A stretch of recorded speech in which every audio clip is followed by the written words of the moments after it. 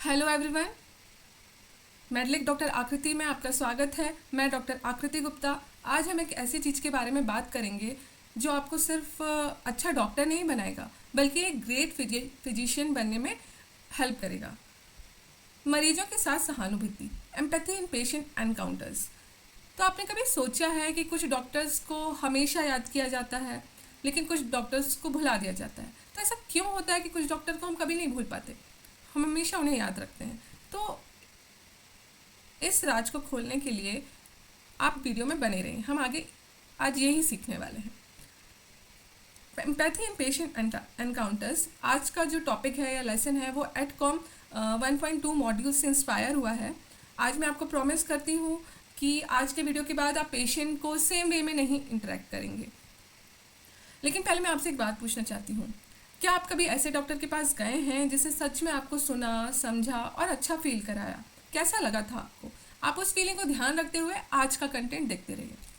सबसे पहले शुरुआत करते हैं विलियम ऑसलर के कोट से, पावरफुल कोट से। The good physician treat the disease, the great physician treats the patient who has the disease. एक अच्छा डॉक्टर डिजीज का इलाज करता है, जबकि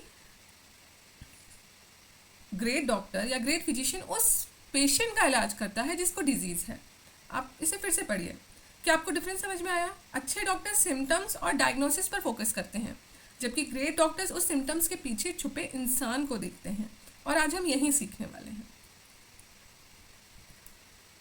सो learning objectives, by the end of the today you will be able to explain what empathy actually means in health care. Health care में empathy कैसे दिखती है, उसको कैसे डिफाइन करते हैं, एम्पैथी और सिंपैथी के बीच में क्या डिफरेंस होता है, और बेसिक एम्पैथेटिक कम्युनिकेशन टेक्निक को कैसे यूज़ करें। हम ये भी जानेंगे कि एम्पैथी कब वर्क करती है, कब कर रही है, कब काम नहीं कर रही है, इसको पहचानना। और एम्पैथी स्किल्स को डे 1 से हम प्रैक्टिस करना स्टार्ट कर सकेंगे। तो आगे डाइव करने से पहले मैं आपसे एक क्वेश्चन पूछना चाहती हूँ कि कभी आपने ऐसा फील किया है कि कोई आपको ट्रूली अंडरस्टैंड कर रहा है? उसने आपको कैसा फील कराया था? आप कमेंट में ज़रूर बताइए। अब हम शुरुआत करते हैं एक रियल लाइफ सिनेरियो से। मिसेस शर्मा, अब इमेजिन करिए मिसेस शर्मा 55 इयर्स की हैं। वो चेस्ट पेन से वरीड हैं। वो अपनी एल्डरली मदर इन लॉ की देखभाल कर रही हैं और एक साथ में एक छोटा बिजनेस भी चला रही हैं। वो आपसे कहती हैं, डॉक्टर मैं हो सकता है ड्रामेटिक लग रही हूँ लेकिन मैं चेस्ट पेन फील कर रही हूँ। तो यहाँ पे डॉक्टर के 2 रिस्पॉन्स हो सकते हैं। डॉक्टर ये कहता है कि चेस्ट पेन सीरियस हो सकता है, आप जल्दी से ईसीजी और ब्लड टेस्ट कराइए। जबकि डॉक्टर बी क्या कहता है, मैं देख रहा हूँ कि आप बहुत परेशान लग रहे हो और इतना सब कुछ मैनेज करना, साथ वो भी चेस्ट पेन के साथ, ये बहुत स्ट्रेसफुल हो सकता है। हम मिलकर ये पता लगाते हैं कि आपको क्यों चेस्ट पेन हो रहा है। तो आप क्या सोचते हो, कौन सा डॉक्टर आप प्रेफर करोगे बेस्ट है? यदि आपका आंसर बी है तो आप समझ सकते हो कि एक्शन में एम्पैथी कैसे दिखती है ना। What is empathy? यदि हम सिंपल डेफिनेशन देखें तो आपको ये समझना कि आपका पेशेंट क्या फील कर रहा है और फिर उस अंडरस्टैंडिंग को उसको समझाना कि आप समझ रहे हो कि वो क्या फील कर रहा है। तो इसके लिए 3 सुपर पावर हैं। सबसे पहले आपको ये अंडरस्टैंड करना कि आपका पेशेंट क्या फील कर रहा है, क्या सोच रहा है। दूसरा, आप उससे ये कम्युनिकेट कर पाओ कि आप समझ रहे हो कि वो क्या फील कर रहा है। और तीसरा, इस अंडरस्टैंडिंग को उसकी हेल्प करने के लिए एक्शन के रूप में यूज़ करना। तो ये एक इमोशनल डिटेक्टिव जैसा है, जिससे कि आप ऑब्जर्व करते हैं, समझते हैं और प्रॉपरली रिस्पॉन्ड करते हैं। Pretty cool, right? अब देखते हैं कि रिसर्च बेस्ड डेफिनेशन क्या है एम्पैथी की। आपको एग्जाम में एम्पैथी की एक प्रॉपर डेफिनेशन भी लिखनी होगी। तो एम्पैथी एक कॉग्निटिव एट्रीब्यूट है जिसमें पेशेंट के पेन, सफरिंग, पर्सपेक्टिव को समझने की एबिलिटी होती है और इस अंडरस्टैंडिंग को पेशेंट के साथ कम्युनिकेट करने की कैपेबिलिटी, और इस अंडरस्टैंडिंग को ही पेशेंट को हेल्प करने के लिए हेल्प करने का एक इंटेंशन। तो ये एक एम्पैथी है।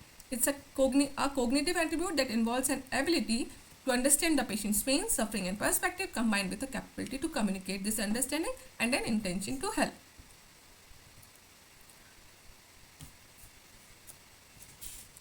अब हम देखते हैं देखिए बेसिकली यहाँ पर आपको अपना ब्रेन और हार्ट, दिल दिमाग दोनों यूज़ करते हुए पेशेंट को बेटर फील कराना है। और साइंस भी कहती है कि empathy actually patient outcome improve करती है। तो अब यहाँ पे क्या होता है कि बहुत सारे लोग एम्पैथी और सिंपैथी में कंफ्यूज होते हैं कि एम्पैथी क्या है, सिंपैथी क्या है। तो हम इसको समझते हैं। Let me break it down. Empathy मैं समझ सकता हूँ कि आपके लिए ये फ्राइटनिंग है। सिंपैथी क्या कहती है? मुझे बुरा लग रहा है कि आपको डर लग रहा है। आप एम्पैथी कहती है कि मैं आपके इस सिचुएशन में मैं आपके साथ खड़ा हूँ, मैं एक टीममेट की तरह हूँ। जबकि सिंपैथी कहती है, सिंपैथी उसे ऊपर से देखती है कि वो कैसा फील कर रहा है, मतलब पिटी करने जैसा है। एम्पैथी एक प्रोफेशनल बाउंड्री मेंटेन करती है, सिंपैथी बहुत पर्सनल हो जाती है। एम्पैथी में एक ब्रिज बनाती है एम्पैथी, जबकि सिंपैथी एक वॉल बनाती है। एम्पैथी से क्या होता है, पेशेंट और डॉक्टर के बीच में एक ओपन क्वेश्चंस या और क्वेश्चंस, नए नए क्वेश्चंस के आंसर्स जो है पेशेंट देने लगता है, एक ब्रिज बन जाता है जिससे और अंडरस्टैंडिंग बनती है। जबकि सिंपैथी में कन्वर्सेशन क्लोज हो जाता है, तो एक वॉल बनाने जैसा है।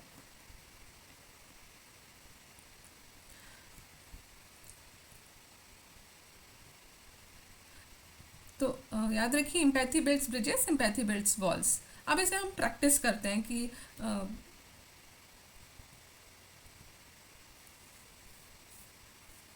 तो आपको ये समझ में आ रहा होगा कि हाँ, जैसे कि यहाँ से हम एक बार प्रैक्टिस करते हैं कि एक पेशेंट कहता है कि मैं सर्जरी से डरा हुआ हूँ। तो आप हमें कमेंट करके बताइए कि आपका एम्पैथेटिक रिस्पॉन्स क्या होगा और सिंपैथेटिक रिस्पॉन्स क्या होगा।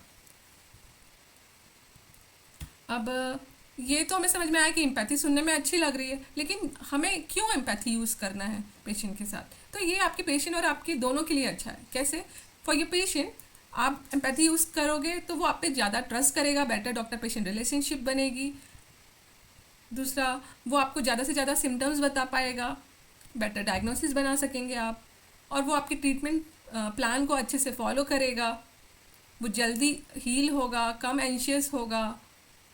और हाँ, उसका आप पर किसी भी पॉइंट पे या किसी सिचुएशन पे केस करने की जो प्रोबेबिलिटी होती है वो कम हो जाती है। सीरियसली वो आप पे ट्रस्ट करेगा ना, तो वो आप पे कभी केस लगाने के, आप पे एक तरह से ट्रस्ट करेगा, तो वो आप पे कभी किसी भी सिचुएशन पे आप पे केस नहीं लगा सकता, आपको स्यू नहीं कर सकता। तो empathy very important for your patient also and for you also as a future doctor. How? आपका बेटर क्लिनिकल डिसीजन बनता है, क्योंकि एक ब्रिज की तरह काम करती है। वो ज़्यादा से ज़्यादा आपको सिम्टम्स बताएगा, तो आपका क्लिनिकल डिसीजन मेकिंग अच्छी होगी। दूसरा, वो आपसे सेटिस्फाइड रहेगा, आप अपने वर्क से ज़्यादा सेटिस्फाइड रहेंगे, सेटिस्फाइड फील करेंगे, और आप बर्न आउट नहीं होंगे जल्दी, क्योंकि आप अच्छा काम करते हैं तो आपको और मोटिवेशन मिलता है। तो it is less likely to burn out. और पेशेंट आपको पॉजिटिवली याद रखता है।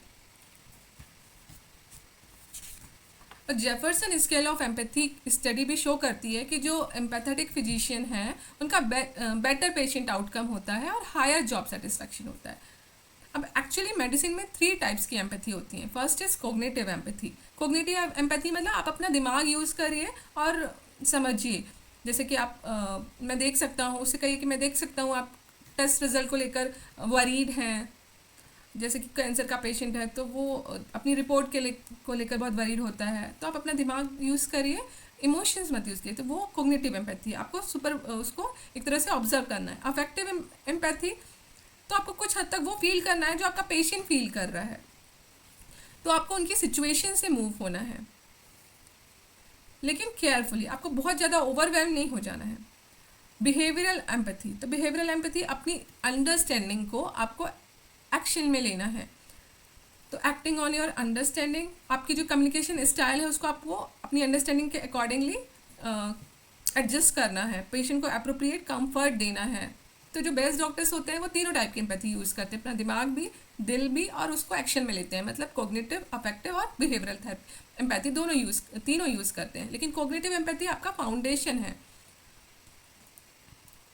Now components of empathetic communication. अब हम कुछ प्रैक्टिकल बात करते हैं कि एक्चुअली आपको एम्पैथी कैसे करनी है, उसका एम्पैथेटिक कम्युनिकेशन कैसे करना है। तो इसके लिए सबसे पहले आपको ध्यान से पेशेंट को सुनना है, एक्टिव लिसनिंग, पेशेंट पर पूरा अटेंशन देना है, बीच बीच में उसको इंटरप्ट नहीं करना है, और वर्बल और नॉन वर्बल एक्नॉलेजमेंट करना है, दिखाना है कि आप उसके साथ एंगेज्ड हैं, आप उसकी ध्यान से सुन रहे हैं बातें। इमोशनल रिकॉग्निशन, तो पेशेंट के इमोशनल स्टेट को स्पॉट करना, उसकी बॉडी लैंग्वेज, उसकी टोन को रीड करना, जो भी उसके अंडरलाइंग कंसर्न है उसको ध्यान से समझना। देन पर्सपेक्टिव टेकिंग, उनके पॉइंट ऑफ व्यू से देखना, कल्चरल कॉन्टेक्स्ट उनका कंसीडर करना, क्योंकि सबका कल्चर कॉन्टेक्स्ट अलग अलग होता है, और उनके यूनिक एक्सपीरियंस को भी एक्नॉलेज करना। ये नहीं कि आप अपना एक्सपीरियंस उनके के अकॉर्डिंग उनकी बातों को समझो, उनके यूनिक एक्सपीरियंस को एक्नॉलेज करना है। देन एम्पैथेटिक रिस्पॉन्डिंग, अब जो पेशेंट की फीलिंग्स हैं जो आपने अब समझी है, अंडरस्टैंड की है, उसको वैलिडेट करिए, तो उसको आप पे ट्रस्ट होगा, और उस अंडरस्टैंडिंग को आप रिफ्लेक्ट करिए और अप्रोप्रिएट सपोर्ट ऑफर करिए। नाउ रिफ्लेक्टिव स्टेटमेंट्स, तो हम जैसे वर्बल एम्पैथेटिक रिस्पॉन्स क्या क्या होंगे, क्या क्या रिफ्लेक्टिव स्टेटमेंट होंगे। तो कुछ एम्पैथेटिक फ्रेजेज हैं जो आप यूज़ कर सकते हैं, जैसे कि रिफ्लेक्टिव स्टेटमेंट में आप बोल सकते हैं कि ऐसा लग रहा है कि आप ऐसा फील कर रहे हैं, या मैं देख सकता हूँ कि आपके लिए ये सिचुएशन रियली डिफ़िकल्ट है, या आपको इस पॉइंट पे या किसी आप बात बोल सकते हैं कि बारे में आपको ज़्यादा वरी लग रहे हैं, और उसको वैलिडेट करिए कि हाँ वो डर रहा है, ये सबके साथ होता है। तो आप कैसे बोलेंगे, आपकी कंसर्न बिल्कुल समझ में आने वाली है, इस तरह फील करना नेचुरल है, या आपकी सिचुएशन में सभी पेशेंट इस तरह से फील करते हैं। पार्टनरशिप, ये तो वैलिडेशन हो गया। फिर पार्टनरशिप, तो पार्टनरशिप में क्या है, हम उसे कहिए कि हम मिल के इसको सॉल्व करते हैं, कि चलिए हम आपके लिए बेस्ट अप्रोच फिगर आउट करते हैं कि हम क्या क्या कर सकते हैं। आपका इनपुट, आप उसे कहिए कि आपका इनपुट आपकी केयर में इम्पॉर्टेंट है। तो these are the phrases, empathetic phrases which you can use. ना कुछ नॉन वर्बल एम्पैथेटिक कम्युनिकेशन भी है, जैसे कि बॉडी लैंग्वेज। आपकी बॉडी लैंग्वेज कैसे होनी चाहिए, तो याद रखिए 55% कम्युनिकेशन बॉडी लैंग्वेज से ही है। तो इसके लिए आपको सोलर टेक्निक यूज़ करनी है। सोलर टेक्निक में क्या होता है, देखो बॉडी लैंग्वेज कैसी होनी चाहिए, ओपन पॉस्चर होना चाहिए, अप्रोप्रिएट आपको आई कांटेक्ट होना चाहिए, आपको उसकी तरफ थोड़ा झुककर ये उसको शो करना है कि आप ध्यान से सिर्फ उसे ही सुन रहे हैं, लीनिंग स्लाइटली फॉरवर्ड, और रिलैक्स फेशियल एक्सप्रेशन, नहीं तो आपका टेंशन उसको ट्रांसफर हो जाएगा। आपकी वॉइस और टोन कैसी होनी चाहिए, काम और रीएश्योरिंग टोन होनी चाहिए, अप्रोप्रिएट पेस पे होना चाहिए, नहीं कि आप बहुत फास्ट बोल रहे हो जल्दबाजी में, तो वो ध्यान से नहीं आपको बता पाएगा। पेशेंट की इमोशनल इंटेंसिटी को मैच करिए, प्रॉपर क्लियर आर्टिकुलेशन, वो समझ रहा है आपकी बातें कि नहीं समझ रहा है। फिजिकल प्रेजेंस, उसके आई लेवल पर बैठिए, अप्रोप्रिएट फिजिकल डिस्टेंस बनाइए, बहुत दूर से बातें मत करिए। रिमूविंग बैरियर, कोई क्लिपबोर्ड या कंप्यूटर है तो उसे आप साइड में रख दीजिए, और फुली प्रेजेंट रहिए। तो सोलर टेक्निक जिसकी मैं बात कर रही थी वो क्या है, ये easy way to show empathy non verbally. अब सोलर टेक्निक में as first set at the patient eye level, ये नहीं कि आप खड़े हैं हाथ बांध के और आप उससे कह रहे हैं, आप उसके आई लेवल पर बैठिए, ओपन पॉस्चर रखिए, ये नहीं कि आप क्रॉस आर्म ऐसे बैठे हैं और आप उससे बताओ कैसे हो, ऐसे नहीं। आप अपने हैंड खोलिए, उसकी तरफ थोड़ा झुक के बैठिए, इंटरेस्ट शो करिए, L for lean in slightly, और ई आई कांटेक्ट बनाइए। आप उसको ध्यान से उसकी आंखों में आंखें डाल के आप बात करिए, ऐसा नहीं कि आप ऐसा लगे कि आप उसको घूर रहे हैं, और रिलैक्स रहिए, नहीं तो उसका टेंशन आपका टेंशन उसको टेंस कर देगा। तो रिलैक्स रहना है। तो ये आप अभी से प्रैक्टिस कर सकते हैं। आप अपने फ्रेंड के साथ जो भी बातें आप कर रहे हैं, अपने नेबर के साथ बातें कर रहे हैं, तो ये सारी टेक्निक आप फॉलो करते हैं तो आप उसके साथ बेटर कम्युनिकेशन कर पाएंगे। तो अब एम्पैथेटिक फ्रेजेस क्या क्या आप यूज़ कर सकते हैं।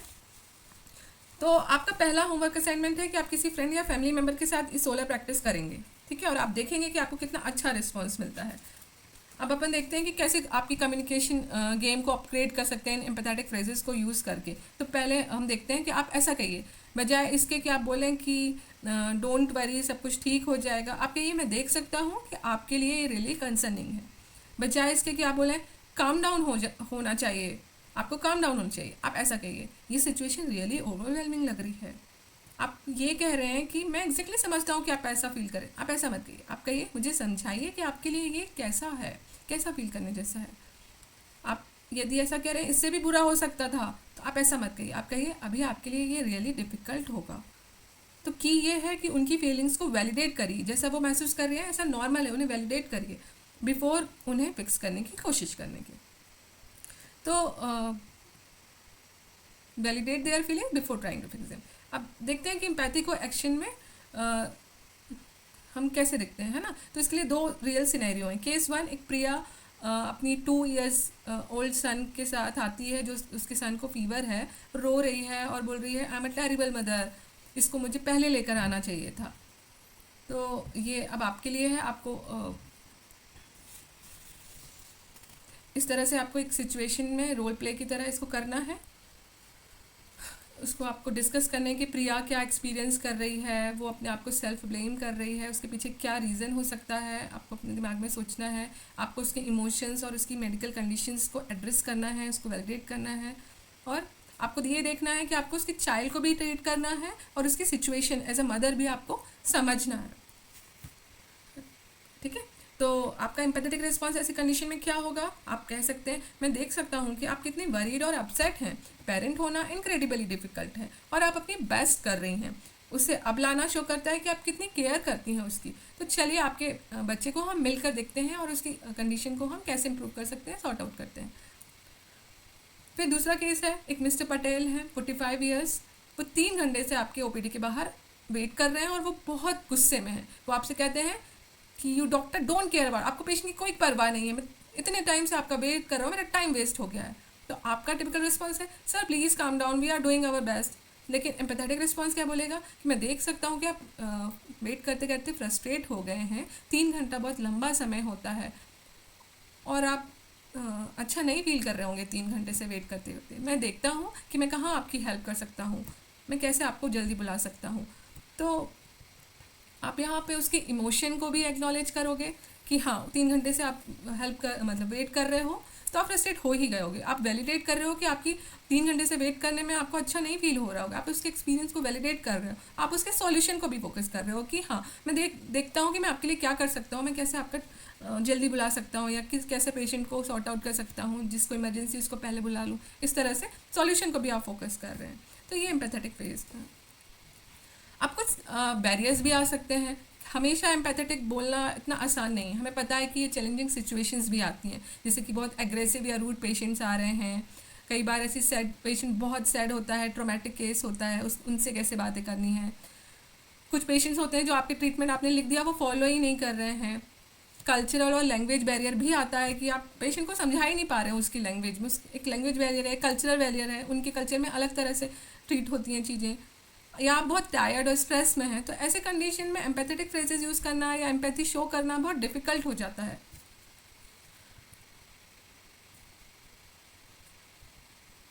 तो ऐसी कंडीशन में आपको क्या नहीं करना है, किसी भी चीज़ को उसके पेशेंट्स के जो रिस्पॉन्स है उनको आप पर्सनली मत लीजिए, कभी भी डिफेंसिव मत हो जाइए, और कुछ नहीं है तो आप इमोशनली शट डाउन रहिए और पेशेंट को कभी जज मत करिए।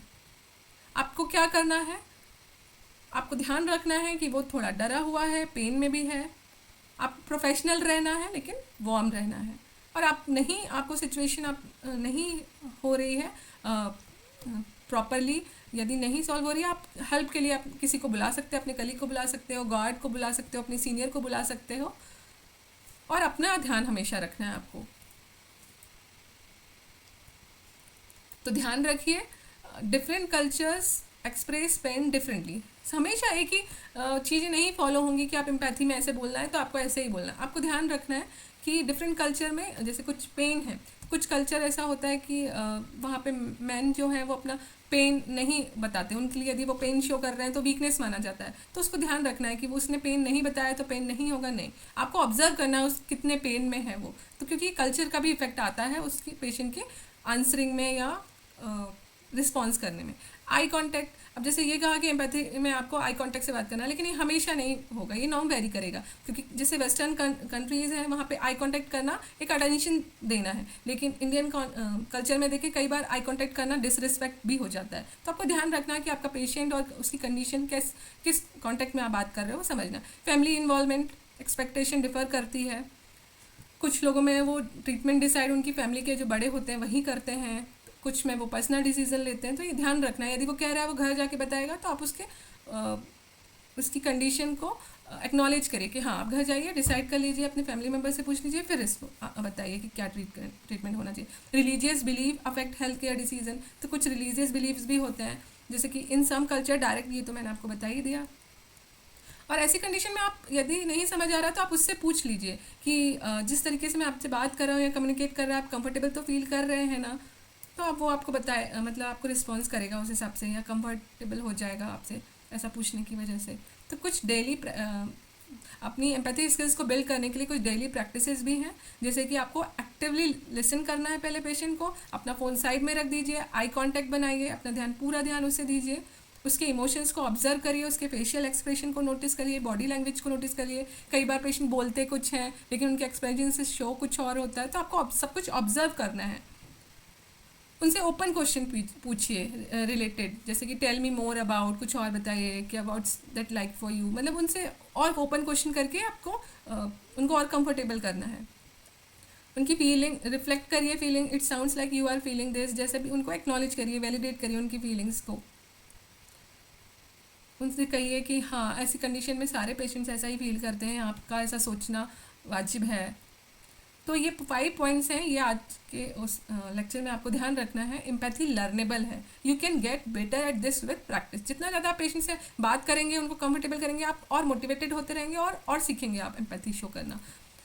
अंडरस्टैंडिंग कम्स बिफोर फिक्सिंग, ये ध्यान रखना है कि आपको सबसे पहले ध्यान से सुनना है, डायग्नोसिस बाद में बनाना है। Small gesture matter, eye contact करना है, आपको साथ सिटिंग डाउन रहना है, एक्टिवली लिसन करना है। एंड कल्चरल सेंसिटिविटी क्रूशियल है, adopt your approach to your patient, उसका कल्चर ध्यान में रखते हुए बात करनी है। एंड टेक केयर, हमेशा अपना ध्यान रखिए। यदि आप अपना ध्यान नहीं रखेंगे तो आप कभी एम्पैथेटिक नहीं हो सकते किसी के साथ, आप बर्न आउट हो जाएंगे। एक मिनट, हाँ हम यहाँ पर थे। तो ये 5 पॉइंट्स हैं, ये जो आपको ध्यान में रखना है। तो आपकी एम्पैथी जर्नी आज से ही, अभी से ही स्टार्ट होती है। Every patient interaction is an opportunity to practise and improve. जितना जितना आप पेशेंट्स देखते रहेंगे, आपकी प्रैक्टिस होती जाएगी, आप इम्प्रूव करते जाएंगे। क्या क्या पर्सनल बैरियर्स हो सकते हैं एम्पैथी के लिए, जैसे कि पर्सनल बैरियर, आप इमोशनली एग्जॉस्ट हो जाते हो कई बार, कभी स्ट्रेस में होते हो, कभी आप सेल्फ अवेयर नहीं होते हो, कुछ कल्चरल डिफरेंसेस भी होते हैं, आप किसी और कल्चर से आते हो, पेशेंट किसी और कल्चर का है, कई बार आपके खुद के नेगेटिव एक्सपीरियंस होते हैं। तो कुछ पर्सनल बैरियर्स होते हैं, कुछ सिस्टमिक बैरियर्स भी होते हैं, जैसे आपके पास टाइम नहीं है, पेशेंट बहुत ज़्यादा है, हैवी वर्कलोड है, कुछ एडमिनिस्ट्रेटिव डिमांड्स भी होती हैं, कभी कभी हमें टेक्नोलॉजी पे फोकस करना होता है, कभी कभी इंस्टीट्यूशनल प्रेशर होता है।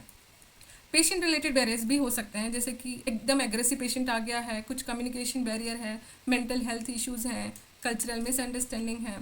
तो अब चलिए हम कुछ क्विज देखते हैं। आप बताइए कुछ ट्रू है या false, empathy and sympathy are the same thing, what do you think? False, दोनों ही अलग हैं। Good doctors are naturally empathetic and don't need training, ऐसा है क्या कि वो बॉर्न गुड होते हैं? नो, ये लर्नेबल थिंग है। Empathy can improve patient health outcome, yes true. You should feel exactly what your patient feels, ऐसा है क्या? नहीं, आपको उसकी फीलिंग को समझना है, आप हमेशा वैसा फील नहीं कर सकते, हाँ उसकी फीलिंग समझ सकते हैं, तो ये false. Cultural background affect how empathy is express, true. तो मैं आज आपको अल्फ्रेड एडलर के ये कोट के साथ एंड करती हूँ। Empathy is seeing with the eyes of another. Empathy क्या है? दूसरों की आंखों से देखना, दूसरों के कानों से सुनना और दूसरे की फीलिंग्स को महसूस करना एम्पैथी है। तो your empathetic journey as a empathetic healers begins now. Thank you.